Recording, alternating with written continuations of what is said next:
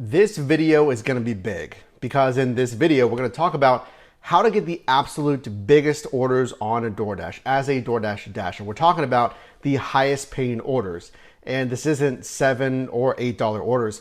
We're talking about $10+ orders, $10, $12, $15, maybe even $20 for a single order. Now, I am going to need your help in this video as well. I need you to commit right now to watch this whole video because after driving for DoorDash for years in different marketplaces and over 1,600 completed deliveries, in this video, we're going to talk about not only the most updated terms of service, things that I don't agree with that actually DoorDash states here when it comes to making money, and a 3-step process that I use to get those big orders when driving. Welcome to the channel. My name is Mike. On this channel, I help you with the gig economy.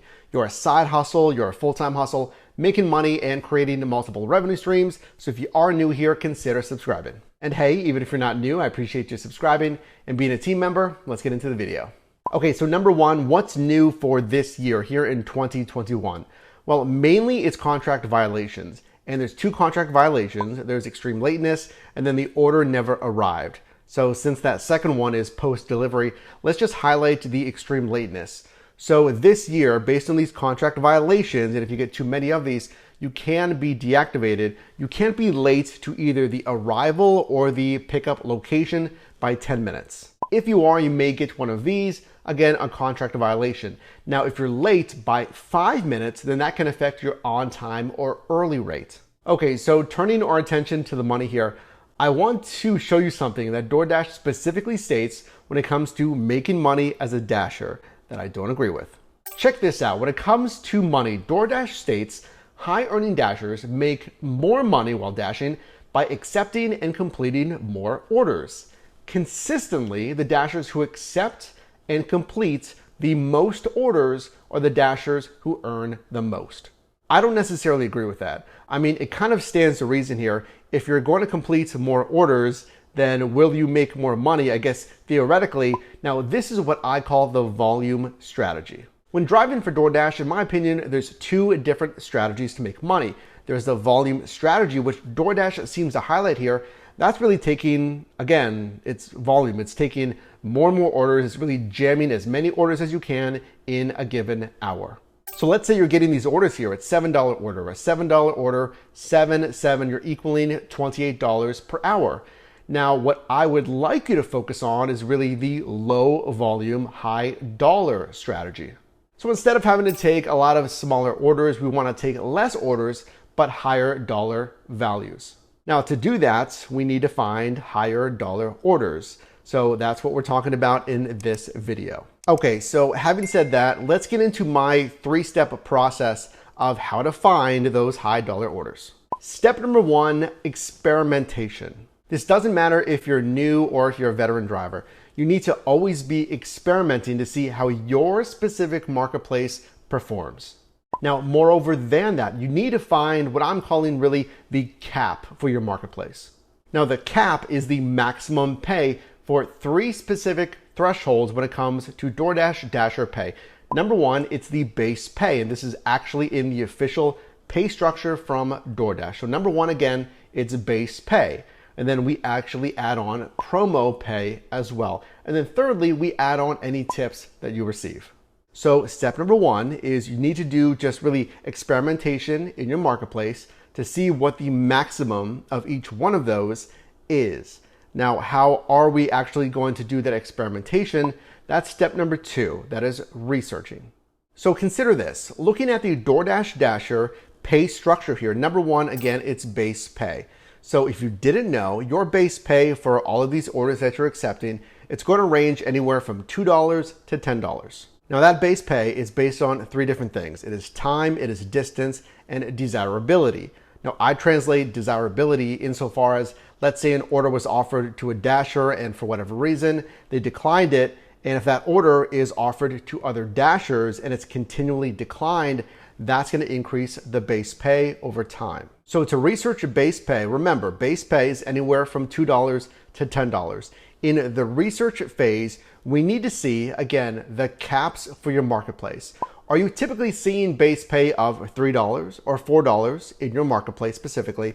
Or are you seeing maybe $4, $5, $6 base pay for your marketplace. Nextly, in our research phase, we're going to research the second phase of your pay structure. That's promotional pay. Promotional pay, in my opinion, is the cornerstone of what's going to help you find those $10, $15, $18 orders. Now, when it comes to research for promo pay, we're going to do the same thing that we did for base pay. We need to find the cap for your specific marketplace. Now, that peak pay, that's that per delivery bonus. It's a bonus on each and every delivery you complete during a certain time. Let's say it's $1, $2, $4 extra per delivery. So if I asked you, what is the cap for your specific marketplace? Step 2, we need to do the research to find really what the maximum is. Now, statistically, what I have found, again, driving in different marketplaces, is the maximum peak pay, that cap for your specific marketplace, does not necessarily mean that you're going to earn more per hour. Let me know if you agree down below in the comments, but just statistically, tracking my earnings based on a peak pay, I've actually developed a strategy to really drive on 70 to 85% of that maximum peak pay. So for example, let's say back when I was in San Diego, California, now I'm coming to you from Pittsburgh, Pennsylvania. Now in San Diego, that peak pay may have been a maximum of $5 or $6. So when I drove on, let's say the $6 peak pay, I actually didn't make as much as when I scheduled a shift on $3.50 peak pay, or maybe $4 peak pay. So what I would do if I'm looking at step number 1, experimentation, and then step number 2 is researching, is I would drive on a different shifts on a different peak pay. And then leveraging step number 2, researching, I would document, because the data is going to tell you, okay, how much money am I making on 70 to 80% of my maximum peak pay versus driving shifts on a maximum peak pay. Because remember this, again, it is base pay plus that promotional pay that we just covered, plus tips. All of that equals the entire order payout. So we need to do our research on each and every one of those steps, because again, combined, it's going to get us those 10, 12, 15 plus dollar orders if available in your marketplace. So we've researched base pay. We've now researched the promo pay. Now in step 2 here, we need to research the tips in your marketplace. So now let's think about how tips are offered on the DoorDash platform at large. And lean in for this, especially if you're new here, but unlike other platforms like Postmates and Uber Eats, on DoorDash, your customer is tipping ahead of time. So frankly, unfortunately, customer service from you as a Dasher, it's not as weighted as those other platforms. So knowing that, now let's think about, okay, how else are tips affected on the DoorDash platform? They're affected possibly by the order total insofar as the dollar amount. So what I'm saying here is that think about the quality of restaurant that you're picking up from. Maybe the order totals from Wendy's or McDonald's are what? It's like $10, $13 versus if you're picking up from, let's say, higher end restaurants where that customer's total that they're paying is $40, $50, $100 plus dollars. Because if your customer is in fact tipping ahead of time, and they are, if they're tipping at all, they're going to tip ahead of time, they're selecting usually a percent to tip. So if you're picking up from, let's say, the fast food restaurants and the customer is leaving a 10 to 15% tip versus those higher end restaurants, those are the ones you might want to focus on that are going to give a more proportionally higher tip than the fast food restaurants. So if I was you and I was driving, in my step 1, the experimentation, and then doing my step 2, my research, I would research different areas in my marketplace and really sitting in plazas with fast food restaurants and maybe even during lunch hours versus sitting and waiting maybe downtown or other plazas and other strips with those higher end restaurants and maybe dinner hours that might have larger orders than those lunch hours. Step number 3, after experimentation and researching, it's revision. We need to revise our driving processes really continually and based on what your specific marketplace is doing. This is a tough one right here because if you truly want the highest paying orders here, you may need to take some risks. I'm talking about possibly declining a strong paying order. A strong paying order would be anything, let's say $1.50 per mile to $2 plus per mile.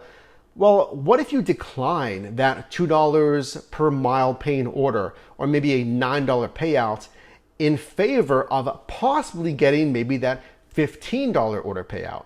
Step number 3, revise the driving strategy. So we talked about, where you're waiting for the plazas.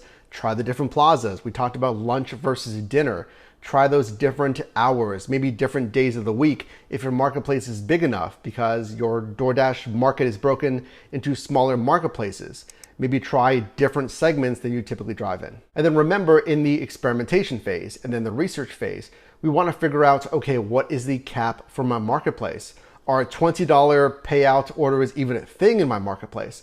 Or maybe $18 orders. You may be thinking, okay, well, $15 orders or an $18 or maybe even a $20+ order payout on a single order. That is crazy. I've never seen that.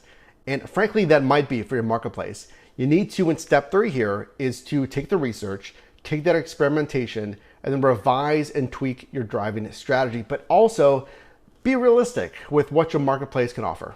So let's summarize here. Let's put all of these steps together here and reach a final verdict, just really a quick summation, how to get the very best orders on DoorDash. Simply put, number 1, we want to drive during the busiest times. And how do we know that? We do step 1, we experiment. Number 2, we research. We make data-driven decisions when to drive. And then number 3, we revise our driving strategy to get the best order offers possible. Nextly, we want to drive on the highest pay promotions possible. And remember, that might not be 100% of the peak pay offered. We're also going to use our research on fast food versus high-end restaurants, different plazas and market segments as well to hopefully increase our tips and our base pay. And then lastly, something that we haven't even mentioned yet, because these systems are algorithmic, in my opinion, some of this is luck-based as well. If the base pay considers 3 different things as far as how much base pay they're going to pay, if the peak pay is algorithmic, if tips are basically luck-based because tips are offered ahead of time, the research is part of it, but honestly, luck is part of it as well if you want those $12, $15+ orders. So on your next shift, I would drive with really research and data in mind. I would try those different things as far as experimentation, the hotspots, maybe finding your own hotspots, the different time, market segments, looking for the caps in the base pay, the peak pay, tips, and more, because frankly, doing the research and putting the effort in is doing more so than the average driver, in my opinion, and this combined will help you get the biggest orders on DoorDash. So if you got value in this video, definitely drop me a like, and you can also click or tap the screen here for my newest video, as well as a video recommended for you, and I'll see you in the next one.